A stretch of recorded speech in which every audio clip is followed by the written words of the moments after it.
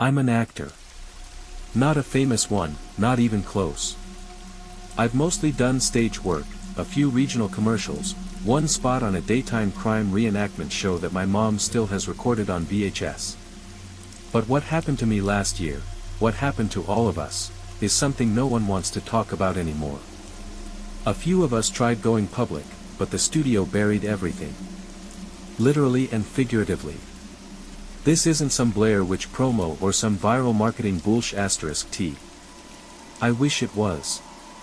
So yeah, I'm just putting this here because I need to say it somewhere. Not for clout. Not for sympathy. Just, so it exists somewhere other than my nightmares. It all started with a new theater project in Los Angeles. A privately owned, mid-sized studio called Studio Belmont, named after the guy who bought and restored it, Charles Belmont. Big real estate guy. Wanted to give back to the arts or whatever rich PR line he fed everyone. The studio was an old Spanish-style building, all stucco and red tile roofing. It looked kinda charming from the outside. Thick ivy crawled up the walls, and old iron light fixtures stuck out like crooked teeth. The main stage was inside a wide rectangular hall with high, beamed ceilings and a row of ancient green velvet chairs that hadn't been replaced since the 1950s. The second I walked in for auditions, I noticed it smelled weird. Not rotten. More like damp earth. Like the smell you get when you flip over a log in the woods. Anyway, the gig was good money, like way better than what this kind of stage show usually pays. It was an original play, a psychological thriller called Inherit the Dust. The director was Claire Hoffman, sharp as hell, early 40s, Yale alum, more intense than any human I've ever met. She kept clapping her hands and repeating, "This show will wake the dead." No one laughed at that. The cast was a solid mix. Me, Eli, 30, tired eyes, recovering from a breakup and sleeping on a friend's couch at the time. Rachel Carter, early 20s, blonde, Broadway aspirations, sharp-witted with a fake laugh that made you feel weird. Marcus Green, mid-40s, deep voice, serious Shakespeare guy, always smelled like cloves. Jamie Ruiz, 27, funny as hell, could cry on command, had a tattoo of a crying baby on his shoulder, don't ask. And Emily Saunders, 35, quiet, super professional, always reading in corners. The weirdness started on day one of rehearsals. We were in the back rehearsal room, a smaller studio off the main hall. The walls were painted a sickly yellow that looked like it hadn't been refreshed since the Reagan administration. The ceiling fan spun slow and made this awful clicking noise that you stopped noticing until it wasn't there anymore. That first day, Jamie fainted. Just collapsed right in the middle of blocking the first scene. No warning, just fell like a marionette with its strings cut. Hit the ground hard, cracked his elbow. We thought it was dehydration, but he swore he'd eaten and slept. Then Rachel fainted the next day. Same thing. Middle of a monologue, eyes rolled back, body went limp. The tech guys laughed it off at first. ULA actors really know how to fall. But Claire wasn't laughing. She actually looked scared. I caught her whispering with Belmont during breaks, but they always went silent if someone got too close. We tried to laugh it off too. Stress. Maybe there was mold. Theater people are dramatic, right? But then the lights started cutting out. It wasn't just flickering. The power would snap, mid-rehearsal, always during a specific scene, scene 3, the one where my character confesses to murdering his brother. Full darkness, like a vacuum sucked all the electricity out of the room. We'd stand there in pitch black for what felt like forever. Then came the footsteps. At first, we thought it was the tech crew moving around above us. But there was no upstairs. That was the thing, Studio Belmont had no upper level. I asked the crew about it, and they swore up and down the rafters were sealed, inaccessible. But the footsteps kept happening. Heavy ones, slow. Always during quiet moments. Sometimes they sounded wet, like someone stepping through mud. I swear to God, I'm not making that up. One night, Marcus stayed late to work lines. He told us the next morning that he heard screaming.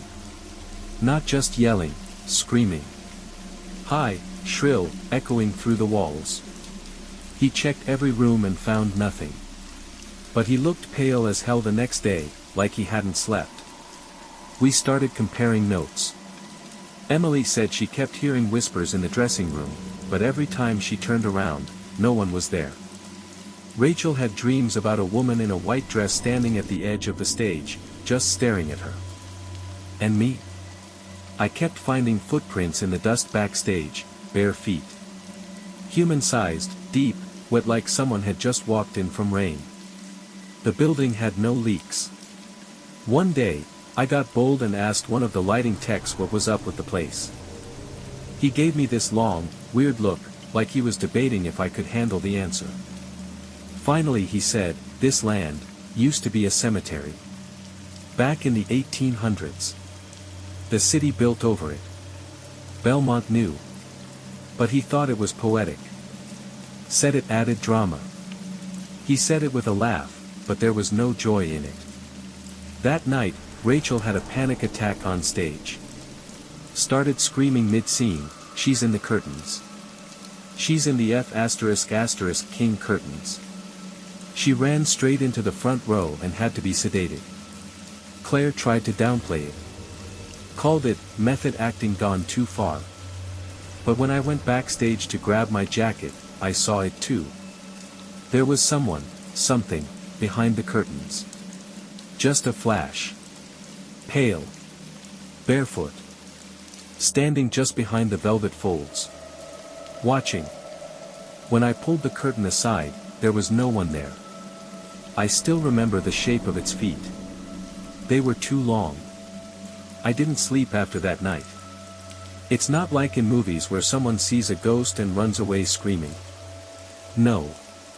I just stood there behind the curtain for a long time, heart slamming in my chest, pretending I hadn't seen what I'd seen. I told myself it was a trick of the light. A cast shadow. Maybe someone messing with us. But deep down, I knew I wasn't imagining it. Those feet were wrong. And they were watching me. The next few rehearsals were off. Nobody would say it out loud, but everyone was acting different. Paranoid. Snapping at each other. Rachel stopped cracking jokes, Emily wouldn't take off her earbuds, and Marcus showed up smelling like whiskey 2 days in a row. I kept forgetting lines I'd known by heart for weeks. The energy in the studio was like static. You ever walk into a room and feel like you're being stared at from all sides? It was like that, but thick, like trying to breathe in a room full of fog that never lifted.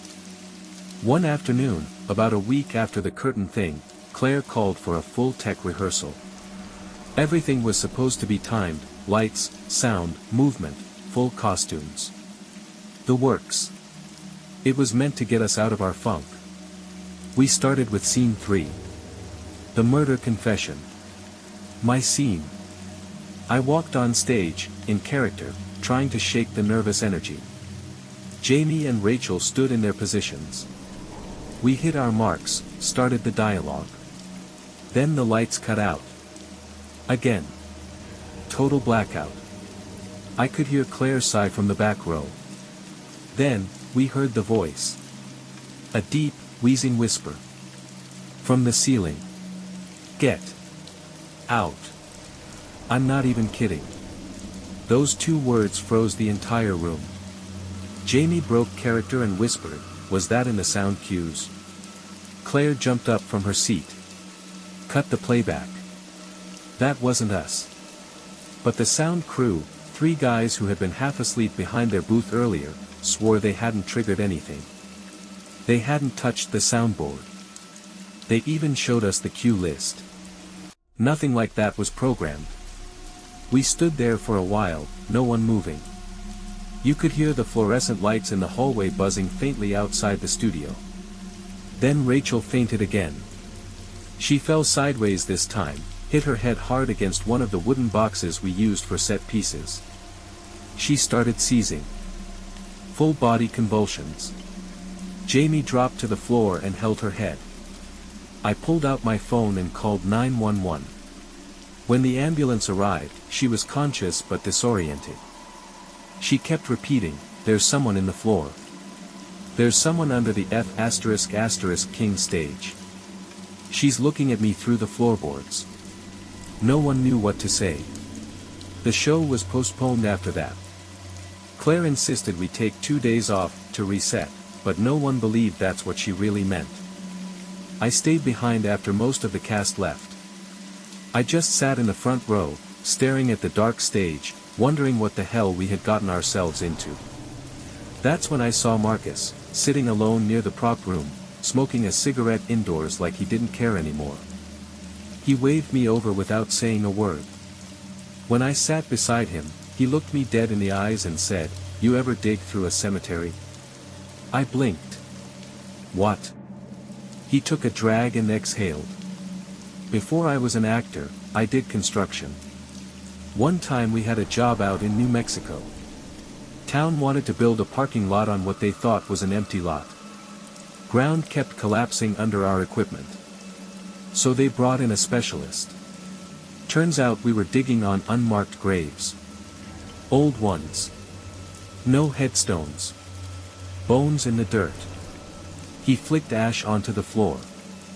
"Same smell," he said. "This place smells the same." That stuck with me. The next day, I came back early. No one else was there yet. I brought a flashlight and went under the stage, through a hatch in the floorboards behind the curtain. I had to crouch. The space was tight, filled with wiring and old props nobody had touched in years. It was dry under there, but the air was wrong. It was colder. Thicker. And there were scratches on the beams. Deep, jagged ones. Like fingernails dragging along the wood. More than that, there were marks. Faint carvings. Names. Symbols. Dates. One in particular stood out. Lydia May Tillman, 1872. I don't know why that one made my stomach flip. Maybe it was the fact that it was carved into stone, not wood, buried in the back near the wall. A piece of slate, cracked in half. Like a broken headstone. That night I looked up the name. Lydia May Tillman. Died in 1872. 8 years old. Buried in what used to be the old Highland Cemetery, which the city had supposedly relocated to build commercial property. Except there were no public records confirming her remains were ever moved. I stopped sleeping after that we should have cancelled the show. By the time dress rehearsal rolled around, half the cast was either sick, injured, or refusing to come in. Emily quit completely. She sent Claire a voice note at 3 a.m. the night before, sobbing, saying she couldn't stand the whispers anymore. That she could hear someone talking to her while she changed in the dressing room. Telling her secrets she didn't want to know. We listened to it twice. The part that messed me up. You could hear something faint in the background. Like someone breathing, wet and shallow, right next to her mic. And she hadn't mentioned anything about breathing. Anyway, she was gone. We had no understudy, so Jamie had to take on both her and his original role. The guy looked like he hadn't slept in days. He was pale, twitchy, mumbling to himself. Claire, though. She was holding it together like a lunatic. The show must go on, and all that. Maybe she just didn't want to admit that whatever was going on was out of her control. We gathered that Friday evening, 3 days before opening night. The stage had been cleaned, set pieces locked in place, props labeled and sorted. Everything looked normal. But the air, man, the air was different. Have you ever walked into a place and immediately wanted to leave, for no obvious reason? That's what it felt like. Our dressing rooms were downstairs in the basement. Narrow hallways, flickering lights, mirrors with cracks in the corners that no one had bothered to fix. Rachel was already there when I arrived, sitting stiff in front of the mirror, staring at herself without blinking. "You okay?" I asked. She didn't answer. Just slowly turned her head to me and said, "Don't stand too close to the walls." Then she smiled. Not like a funny smile. Like something was wearing her face. And I swear to God, behind her in the mirror, I saw something else smile too.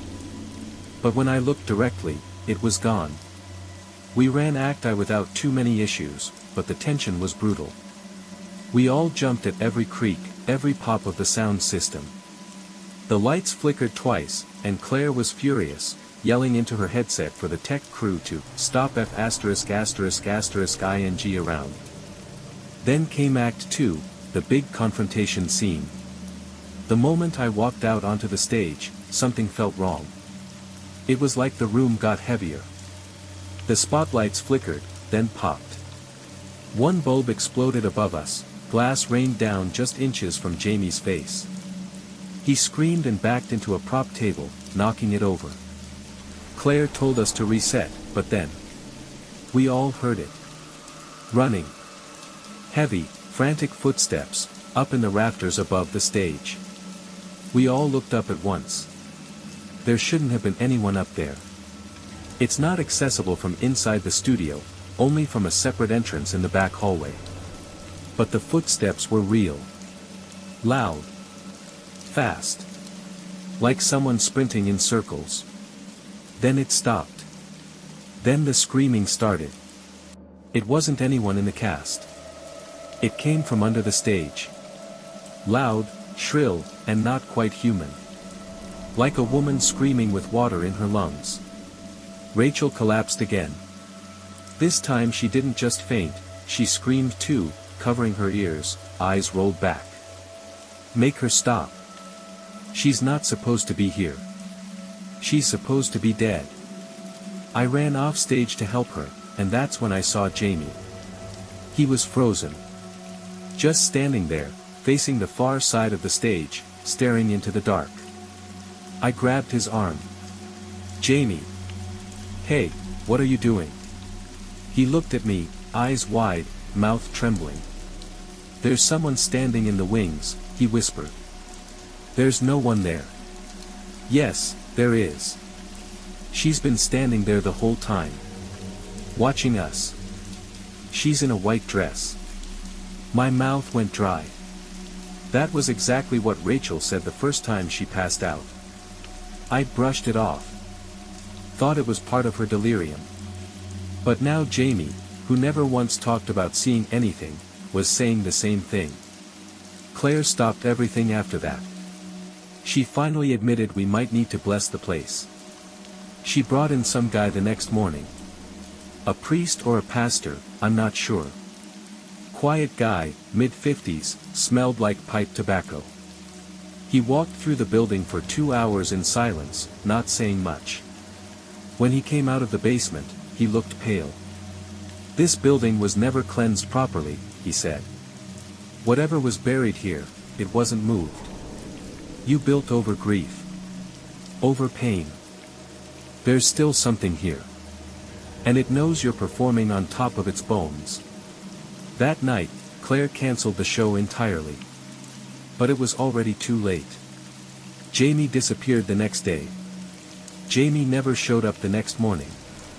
At first, we thought he just needed space. The guy had been through hell, and honestly, we all felt that clawing need to just get away. But by evening, when none of us could reach him, texts unread, calls going straight to voicemail, we started panicking. Rachel went to his apartment. His car was there. His keys, phone, and wallet were on the kitchen table. Door locked from the inside. No sign of him. She told me the worst part was the smell in the apartment, like old pond water. Like something had sat there, damp and heavy, for days. Even though he'd only been missing a few hours. She left his place shaking, and later that night, she texted me something I still have saved. I saw muddy footprints in his hallway. Bare feet. Leading to his bedroom. But they just stopped at the bed. Not away from it. Just stopped. The cops got involved but didn't find anything. No signs of struggle, no forced entry. They chalked it up to a mental health crisis. But we all knew better. Jamie was taken. Whatever had clung to that building, it followed him home. And then it started following us. Claire went silent after the show was cancelled. She stopped answering messages, emails, everything. Some people thought she fled town. But Rachel and I, we didn't think so. Not after we started noticing weird shit outside our own homes. It began small. The sound of footsteps outside my apartment door at night. Always between 2 and 3 a.m. Never stopping. Just walking in slow circles around my unit. I live on the 3rd floor. Then I started finding dirt. Inside. In my shoes, under my bed, once in the shower drain. Like grave soil. Damp, black, and cold to the touch. I tried to convince myself it was stress. A trick of the brain. But then I caught a smell in my hallway, same as Jamie's apartment. Rotting leaves. Wet wood. Like something dead in a bog. Rachel had it worse. She lived alone in a little duplex near the outskirts of town. Quiet neighborhood. But she started hearing knocking on her windows. Soft, polite knocks. Always 3 taps. Always from windows she knew were locked and shut. One night, she FaceTimed me in tears. "Tell me you see it too," she whispered, flipping the camera to the window. There was a figure standing just outside. A woman. Pale. Soaked. Head tilted, hair sticking to her face like seaweed. She wasn't moving. Just staring at Rachel through the glass. I said her name, and Rachel flipped the camera back to herself, and screamed. Because the woman was suddenly inside, right behind her. The call dropped. I drove over in a panic, barely remembering to put shoes on. When I got there, the place was quiet. Door unlocked. Rachel was curled in a corner, sobbing, unhurt but hysterical. "I closed all the windows," she kept saying. "All of them. I locked them. I don't know how she got in." She left town the next day. Didn't say goodbye. Just left a sticky note on my windshield that said, "It's still there." The studio sat empty after that. No shows. No rehearsals. The local council eventually padlocked the doors and boarded up the windows. Someone spray-painted, "Let them rest," across the front in blood-red paint. But even then, things didn't stop. One night, about a week after Rachel left, I passed the building on my way home. I wasn't planning to. My route just shifted last minute because of construction. I told myself it was fine. Just a building. But as I drove past, all the lights inside were on. Soft yellow glow pouring through cracks in the wood, flickering like candles. And I swear on everything, I heard applause. A full audience. Clapping. Laughing. Someone was still performing. After the lights and laughter in the boarded-up studio, I knew I couldn't ignore it anymore. Something was unfinished. Something was still happening there. And if I didn't try to understand it, if I didn't face it, I was either going to lose my mind or vanish like Jamie. I started with city records. I didn't tell anyone. Just sat in the dusty municipal archives, flipping through old property registries, land purchase documents, zoning maps. Most people don't realize how much history a place has just sitting in yellowed folders with paper clips and faded ink. The studio had been built in 1992. But the lot? That dirt, those grounds, they had a way longer story. In 1893, the city was still a growing industrial town, and that plot of land was the site of a pauper's cemetery. Unmarked graves. The poor. The forgotten. The thrown away. Hundreds of them. In 1948, the city had quietly reclassified it as vacant land, without ever exhuming a single body. They never moved them. Never memorialized them. Just, built over them. A warehouse went up in the 50s. Burned down in the 70s. Vacant for 20 years. And then the studio. No wonder people always said the ground felt off. That cold feeling under the stage. The strange, spongy softness in the floorboards. We were dancing on bones. I took what I found to the city office. The clerk barely looked up. Lots of buildings are on old cemeteries, he said, chewing his pen cap. That's just how cities work. No apology. No sense of horror. Nothing.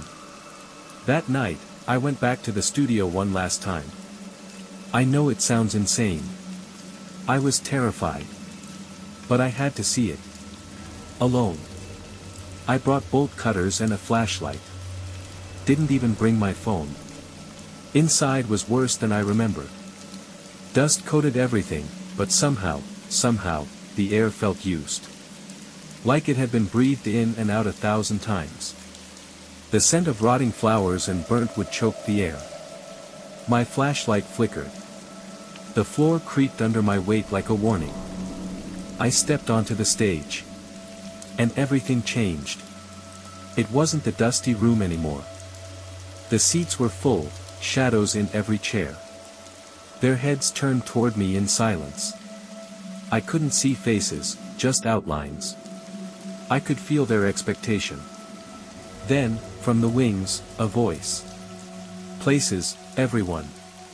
I turned. Claire stood in the shadows behind the curtain. Her eyes were wide, unblinking. She looked thinner, hollowed out, her hair soaked as if she'd been standing in the rain. Claire. I whispered. But she didn't move. She just tilted her head and whispered back, "You shouldn't be here."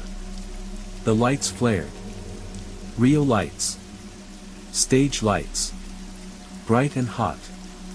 The figures in the seats began to clap. I ran. I ran down the aisle, through the back, burst out the fire exit into the night air that felt like ice. I didn't stop until I was in my car, shaking, my throat dry from screaming. My flashlight was gone. My hands were caked in dirt. And when I got home, on my door, someone had written in red, "Let the dead perform." That was a year ago. I moved. Changed my number. Haven't done theater since. Rachel never came back. Jamie's case is still unsolved. Claire was officially listed as missing. But I know where she is. She's still there. Part of it now. Just like all the others. And sometimes, when I walk by a small-town playhouse or an old black box theater, I still pause. Because I swear, in the wind, I hear the muffled sound of a crowd. Clapping. For someone who didn't make it out.